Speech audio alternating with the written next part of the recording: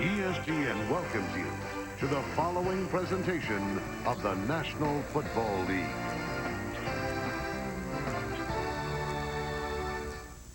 Is he confident, arrogant, or both?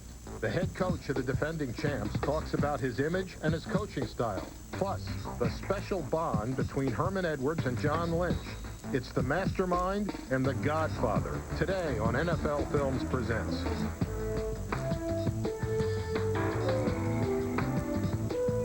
If this football team stays together, win every single Sunday, man.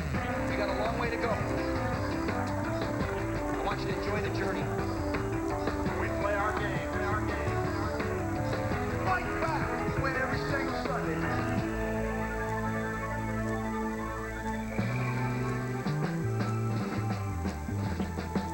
NFL Films Presents is brought to you by Edge Pro Gel. Save your skin.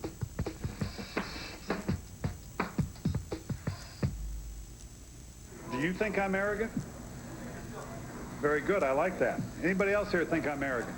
If a random poll were taken around the NFL, the answer to that question would probably be a resounding yes.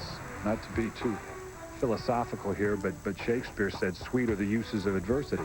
It's not often a football coach quotes Shakespeare, but like the Bard of Avon, the boss of Baltimore is a creative genius in his field.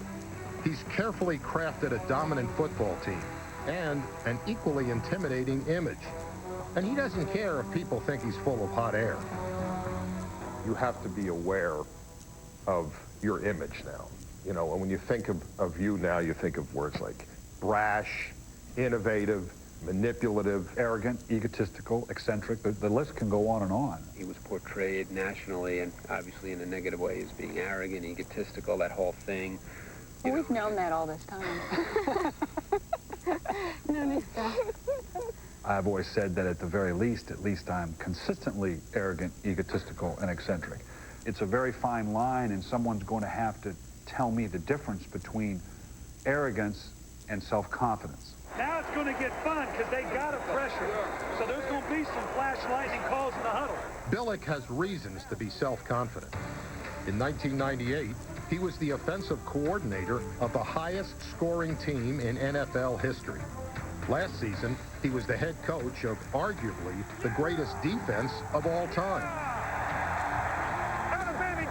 I think that a quality of a great leader, a great coach, you take the tools that you have and you work with them. You can't bake a cake with the wrong ingredients. He baked the cake with what he had. A lot of people talk about Brian Billick's ego, and people say that he allows his ego to get in the way of everything he does. Well, that's not true. Keep coming, D. Keep coming. Brian Billick swallowed hard and put his ego aside and let that football team win with its strength, which was defense. Get the ball! Get the ball! That's what we needed. All he wants to do is win, regardless, whatever it takes. This season, Billick wants to win with defense and offense. He changed his starting quarterback from Trent Dilfer to Elvis Grbac. Now, some may question how smart it is to replace a Super Bowl winning quarterback, but I won't, because when I sat down with Brian, I realized he's one of the brightest and most articulate coaches I've ever met. Precognition, prototype gregarious, augment diametrically opposed intrinsic belief, intuitive intelligence, periphery of your consciousness, meticulously practiced, manifests itself pseudo-psychological, self-aggrandizing moment. okay? He's incredibly bright, and his mind thinks a lot faster, I think, than most of us, and he toys with people. Cornell and Peter said you've been catching too many passes, they're going to start shutting you down. I told them they were taking it easy on you, and they said they're going to rough you up today, so, okay? We'll see how you handle the pressure. He makes people think what he wants them to think, and he understands with the media, most of them have an agenda in the first place. So he's either going to feed to their agenda if he likes it, or he's going to do everything he can to change that agenda. As much as some of you want to, we are not going to retry this. It's inappropriate, and you're not qualified. He's able to manipulate people outside of his football world as good as I've ever seen. You've said you've disappointed in the media. You've called us three or four different names already. What is your purview that you could stand up there and tell 200 people how to do their jobs? Is that I have the podium and you all are here to listen to me. Next question. He keeps an us versus them atmosphere in his locker room, whether it be us versus them, the other team, us versus them, the media. I got a cover of Sports Illustrated here. Says, Titans are the NFL's best team. Maybe they are, but not today. I think Billick likes to set himself up in some ways as the arbiter of good versus evil. The pundits and the experts are going to pick this apart and talk to me about some kiss-ass third down percentage or red zone. Hey, come on. When you go in the lion's den, you don't tippy-toe in. You carry a spear, you go in screaming like a banshee, and you kick whatever door's in and say, where's the son of a... I think it's interesting, he's a former PR guy, and oftentimes just eschews all of the rules of PR. I don't think there's a more media-savvy head coach in the NFL than Brian Billick. I mean, the guy worked on the other side. Billick played tight end at Brigham Young, and he was also a sports writer for the school paper. In 1977, he was drafted by the 49ers. 2 years later, under new coach Bill Walsh, Billick made the team as assistant director of public relations. You haven't suffered through the baptism of fire until you've gone through a 2-14 and a 6-10 season with Bill Walsh. Those were tough growing years. But it was a great tutelage for me because it exposed me to every aspect of the organization. And the things I learned in those 2 years, I've carried with me through my entire career. Did you have to get coffee for the... My first major job was in our first draft, and I was in charge of setting up breakfast for the draft. Those people came in, and I had a spread of donuts and juices and milk like you couldn't believe. But I had just come from BYU. It never occurred to me that anybody would want coffee at 4 o'clock in the morning. Now, at BYU, you can't have caffeine at Right. It's the LDS institution, even though I'm not Mormon, they don't allow any caffeine. And I had never drunk coffee in my life. I couldn't understand why anybody else would drink coffee. So my first major job in the NFL, I failed miserably. Hence, for 2 years, it was, hey, coffee boy, come here. The coffee boy and I will be right back. Product. Your behavior came with a certain guarantee. What would we be guaranteed if we bought a Brian Billick? If you bought a Brian Billick, you can be guaranteed that what you're going to get is going to be passionate. Show your passion, guys. Show your passion for the game now. And very decisive about whatever it is you want to do. We're going to go vertical. Let's go after that little rookie now. Just go 989, Fox 99. If they stay 2, we'll go after this guy and get Shannon. You better have passion for what you're doing. And if that passion, that courage of your conviction isn't a deep, inherent part of you, you're not going to last as a leader. We got a hell of an opportunity, guys, to show the world, in a way no other team has ever before, what we're about. He leads us. Let's go find it together now. Here we go. He's a person that we follow. Where he goes, we follow. Men, the time is here. It's time to go to a Super Bowl. We go out and we play for him every Sunday. We play our hearts out for him. Nice job. We're not done. We're not done. He casts a vision for the team where we believe in it, and he continues to cast visions throughout the season. Look around what's going on in the league. Everything's just sitting right there. If we just keep getting better and better and better. He's a great communicator, and I think that's an essential skill that sometimes gets forgotten. Yes, coaches have to have wonderful ideas when it comes to X's and O's and philosophy of the game and how to manage a game on game day. Those are all crucial factors, and those probably have to come ahead of everything else. But a head coach has to be a communicator. He has to be able to get through to the people who play for him. So that's exactly what we're going to do. That's exactly what we're going to do. I think a good coach will do anything he can, in any way he can, to get his point across. It would be ridiculous on my part to think that I am that eloquent, that great a motivator, that at some point the guys don't just get tired of hearing the same thing from me. I love movies. I love going to movies. I love watching movies. And at any number of times, there'll be something that I will see and it'll occur to me, you know what, I can use that at some point with my team. Give me an example of one. In the movie The Fugitive, when Harrison Ford's character, the fugitive, is underneath some type of dam or an aqueduct, and Tommy Lee Jones, who's the marshal chasing him, who's single-minded, this is the guy I'm supposed to get. This is my job, is to track him down. Well, Harrison Ford has a gun, saying, almost in an impassioned plea, I didn't kill my wife.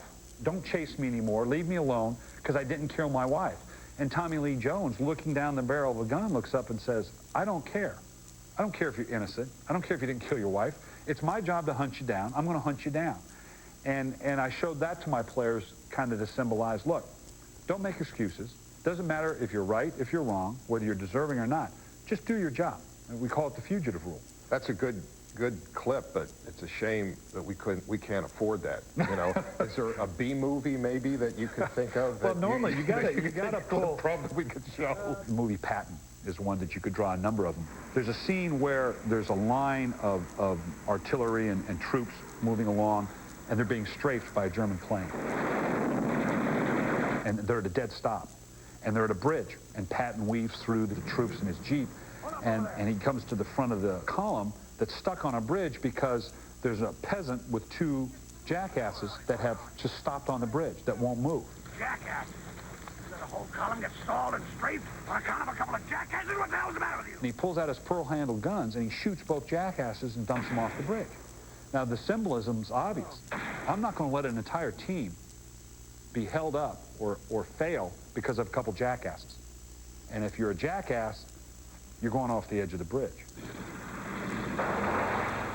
When a play doesn't work and it's a player's fault, do you make it a point to just nail the guy right there on the sidelines, or is it something that you might get him alone and talk to him? You would love to have the time and the wherewithal to put the warm, fuzzy arm around the player and say, gee, you know what? I really don't think that was the most efficient way for you to go about doing that, and I think we need to reanalyze the way that you're approaching this particular play or game, when sometimes you just need to cut to the chase and say, damn it, you screwed up. Damn it, Cornell! That's two back-to-back! That's two back-to-back! That's on you! Now, you're getting drawn into their bullshit, and it's killing us. Now, get your head out of your ass and play. To slap them back into focus, maybe, for them to recognize when it's something that you know they're capable of doing, that you've got to cut to the heart of it. That's Bush League. You didn't even look at the 30-second clock. 40-second, you didn't even look. We go for it on fourth down, trying to make something happen. You're not even looking at the clock. That's not being a professional, Chris. But I've also learned you can't let just your frustration manifest itself by chewing out a player. By just letting off steam and chewing him out, that serves no purpose. That's not being a good teacher.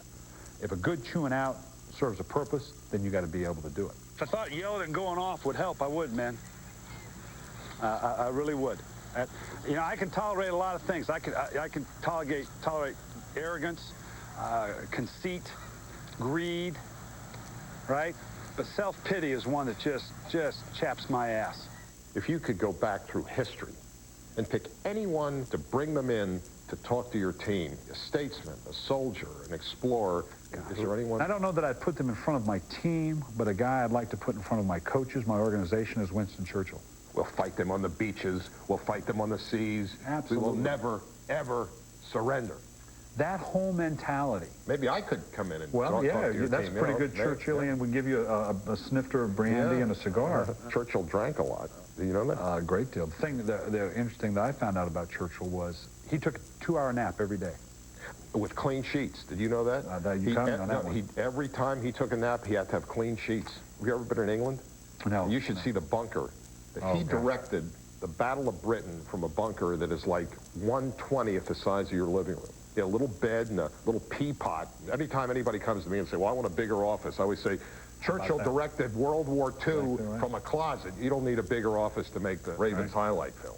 What is something, Brian, that if you did, would be so out of character that would shock, they would think an alien has taken over your body? If you caught me on a dance floor, other than a nice little cheek-to-cheek with my wife, then you'd have to wonder either he's had way too much to drink or he owes somebody something big time, because I don't believe you can trust a man that likes to dance.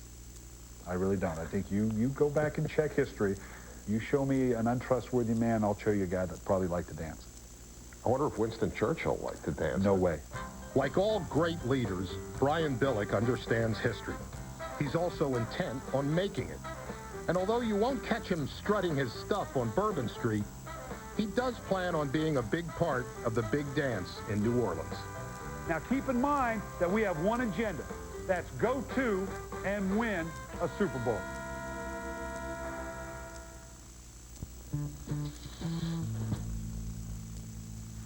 Tampa losing a tough game again.